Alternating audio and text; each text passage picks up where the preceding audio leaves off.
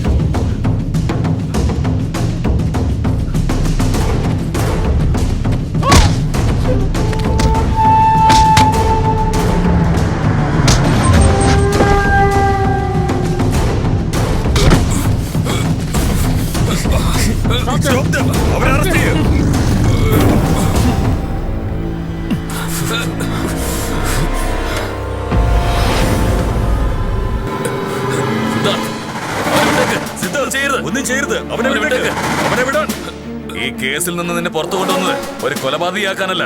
വിടാൻ സാറേ, എന്റെ അഞ്ജലി എനിക്ക് തരാൻ പറയൂ.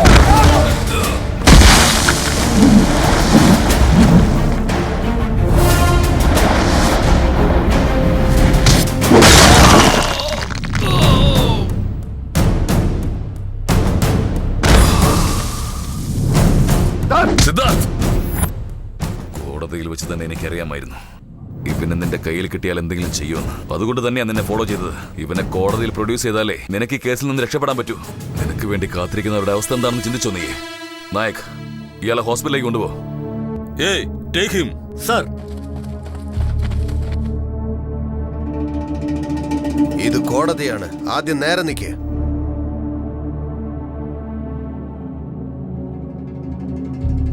അഞ്ജലി എന്ന പെൺകുട്ടിയെ നിങ്ങളാണോ കൊന്നത്? അയാൾ തെളിവുകളൊക്കെ തന്നതിന് ശേഷം നിങ്ങളാണോ കൊന്നതെന്ന് ചോദിച്ചാൽ എന്താ അർത്ഥം? ഞാൻ ബുദ്ധിയോടുകൂടി ചെയ്തു എന്നാ വിചാരിച്ച, കുടുങ്ങില്ല എന്ന് വിചാരിച്ചു. പക്ഷെ അയാള് എന്നെക്കാളും വലിയ ബുദ്ധിശാലിയാ. ഹലോ വീരേന്ദ്ര, അവൾ എന്നെ പിടിച്ച് ജയിലിലിട്ടു. അതുകൊണ്ടാ അവളുടെ കഥ കഴിച്ച്. അങ്ങനെയുള്ളപ്പോ നിന്നെങ്ങനെ വിടാനാ? വരുന്നുണ്ട്, നിനക്കൊരു ദിവസം വെച്ചിട്ടുണ്ട്. കോടതിയിൽ വെച്ച് വക്കീലിനെ ഭീഷണിപ്പെടുന്നത് തെറ്റാണെന്നറിയില്ലേ? ചോദിച്ചതിന് ഉത്തരം പറ.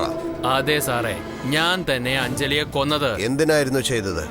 3 വർഷം അവളെ പ്രേമിച്ചു. അവൾ എനിക്കുള്ളവളാന്ന് വിചാരിച്ച് പട്ടിയെ പോലെ അവളുടെ പുറകെ നടന്നു. അവളെ സ്നേഹിക്കുന്നു പറഞ്ഞതാ സാറേ. പക്ഷെ അവള് പോലീസിനോട് പോയി പറഞ്ഞു. അവളെ അപ്പൊ തന്നെ തീർക്കാന്ന് വിചാരിച്ചതാ. പക്ഷെ കൈ കിട്ടിയില്ല. ഒരു ദിവസം അവളുള്ള ഏരിയയിലേക്ക് ജോലിക്ക് പോയി. അവിടെ വെച്ച് അവളെ കണ്ടു. അവളുടെ ഭർത്താവ് പുറത്തു പോകുന്നത് വരെ വെയിറ്റ് ചെയ്ത് അവൻ പുറത്തു പോയതും ജനല് തുറന്ന് പതുക്കെ അകത്തേക്ക് പോയപ്പോ അവള് നന്നായി ഉറങ്ങായിരുന്നു. അപ്പൊ ഉണ്ടല്ലോ, അവളെ കണ്ടതും അവൾ ചെയ്തതാ എനിക്ക് ഓർമ്മ വന്നത്. ദേഷ്യം തീരുന്നത് വരെ കത്തി കൊണ്ട് കുത്തി.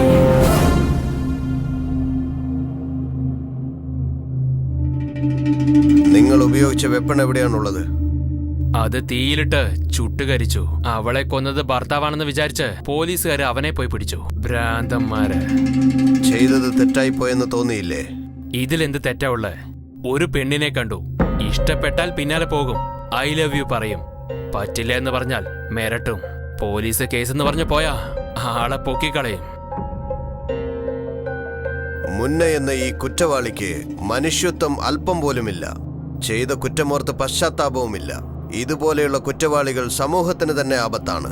മാത്രമല്ല, അല്പം പോലും മനസാക്ഷിയില്ലാത്ത മൃഗീയ സ്വഭാവമുള്ള ഈ കുറ്റവാളിക്ക് 302 വകുപ്പ് പ്രകാരം വധശിക്ഷ വിധിക്കുന്നു.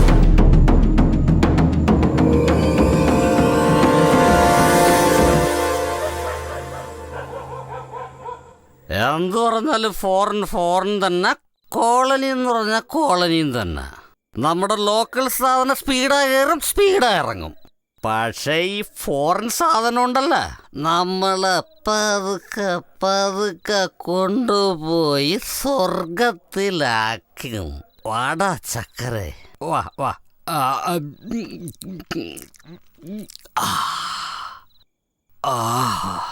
എവിടെയടി? ആംബുലൻസ് ഉണ്ടാകാൻ പറഞ്ഞിട്ട് 1 മണിക്കൂറായി. അവിടെ നിൽക്കി എടുത്തോണ്ട് വരാം. എടുത്തോണ്ട് വാ വാ വാ.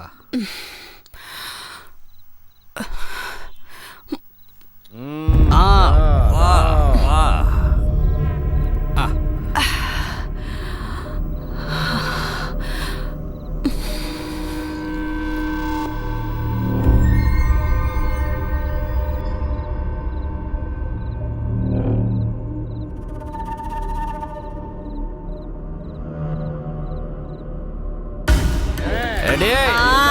എന്തു പറ്റി? എടുത്തോണ്ട് വരാം. ആ, നല്ല പച്ചമുളകൊക്കെ ഇട്ട് നല്ല എരിവുണ്ടാവട്ടെ. ആ ഏയ്, എത്ര സമയായി? ഞാൻ ഉണ്ടാക്കിക്കൊണ്ട് വരാം. നിങ്ങളൊന്ന് സമാധാനിക്ക്.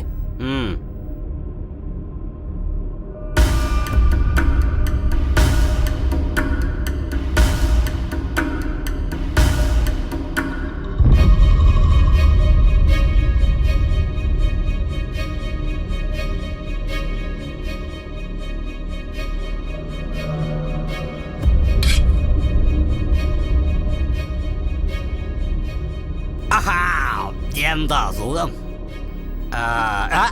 എന്തോ നടിയത്? അഴുക്ക് തുണികളാ. ഇപ്പൊ വെള്ളം വരുന്ന സമയല്ലേ, അലക്കി എടുത്തോണ്ട് വരാം. പോടി, എപ്പോഴും പഴയ തുണിയായിട്ട് നടന്നോ? തിരുവനന്തപുരം വാഴമുട്ട ഭാഗത്ത് നല്ലൊരു ബംഗ്ലാവൊക്കെ വെച്ച്, പിന്നെ ഒരു 3-4 കാറും ഒക്കെ വാങ്ങി ദിവസവും ഓരോരോ കാറിൽ കറങ്ങണം. നിനക്ക് ലെഗിങ്സും ടോപ്പും, എനിക്ക് ജീൻസും ടീഷർട്ടും ഒക്കെ ഇട്ട് അടിച്ചു പൊളിക്കണം. എല്ലാ പഴയ തുണികൾ കത്തിച്ച് കളയണേ. നിങ്ങൾ പറയുന്ന പോലെ തന്നെ ചെയ്യാം. ഓ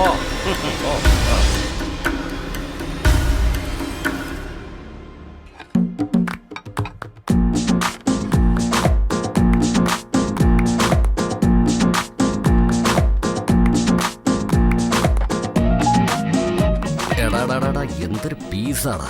എന്ത് പറഞ്ഞാലും ഡയറക്ടറിന്റെ സമയം. ഹീറോയിൻ ആക്കേണ്ടുള്ള ജോലിക്കാരിയാക്കി വെച്ചേക്കുക. ഹീറോയിനെ ആകാൻ വേണ്ടി വന്നത് തന്നെയാ. നിങ്ങളെ പോലുള്ള ആളുള്ളത് കൊണ്ടാ ജോലിക്കാരിയായേ. വല്ലാതെ നോക്കണ്ട, ഇവിടെ ഡയറക്ടറിന്റെ അനിയതിയെ പോലെയാ.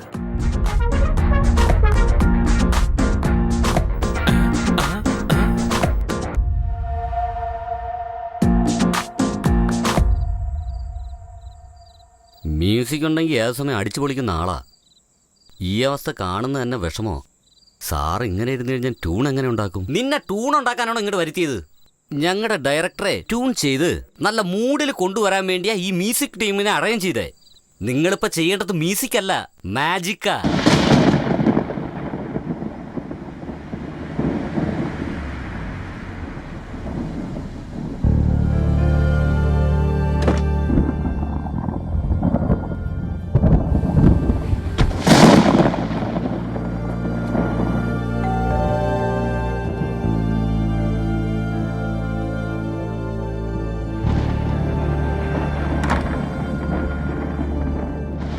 What a pleasant surprise sir. സാറിന്റെ ഈ നേരത്ത്? എന്താണത്? കേസ് ജയിച്ചതിനൊരു ചെറിയ ഗിഫ്റ്റാണ് സർ. നന്ദി കാണിക്കാനായിട്ട് ഇത്രയും വലിയ കാറിന്റെ ആവശ്യമില്ല. കാണുമ്പോൾ ഒരു താങ്ക്സ് മാത്രം പറഞ്ഞാൽ മതിയായിരുന്നു. Sir, at least V drink together.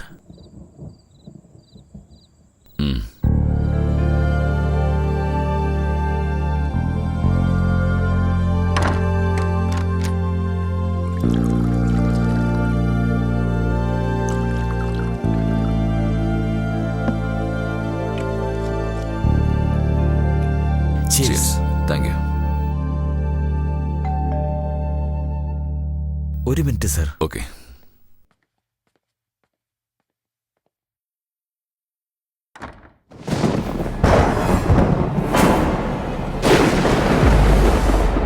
എന്താ അങ്ങനെ നോക്കുന്നേ?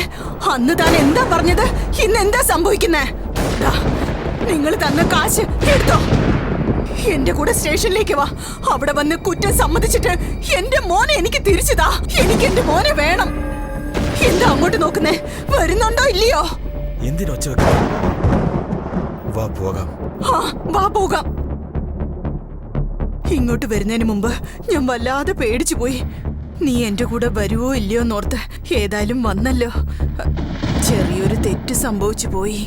നീ തന്ന കാശിന്ന് 10,000 രൂപ എടുത്ത് അധികം കള്ളു കുടിച്ച് തീർത്തു.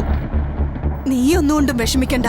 ഞാൻ 4 വീട്ടില് ജോലി ചെയ്ത് ആ കാശ് ഞാൻ നിനക്ക് തിരിച്ചു തന്നേക്കാം. ആ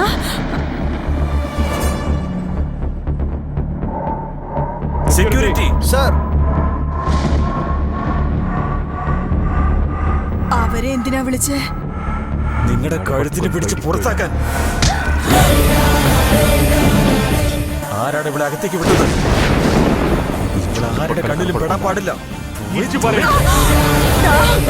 ഒരു നിമിഷം നീ എന്നെ വിശ്വസിപ്പിച്ച് ചതിക്കുകയായിരുന്നല്ലേ? നീ എന്നെ പോലെ എത്ര പേരെ പറ്റിച്ചിട്ടുണ്ടാവും. എന്നെ വിട്. എനിക്ക് എവിടെ പോയാ നീതി കിട്ടുമോ ഞാൻ അവിടെ പോയി ചോദിച്ചോളാം. നീ ഒരിക്കലും നന്നാവില്ലടാ. നീ നശിച്ചു പോവും. ഇങ്ങോട്ട് വരാ. അടിച്ചോണ്ട് വാടാ. നടക്ക് തള്ളേ.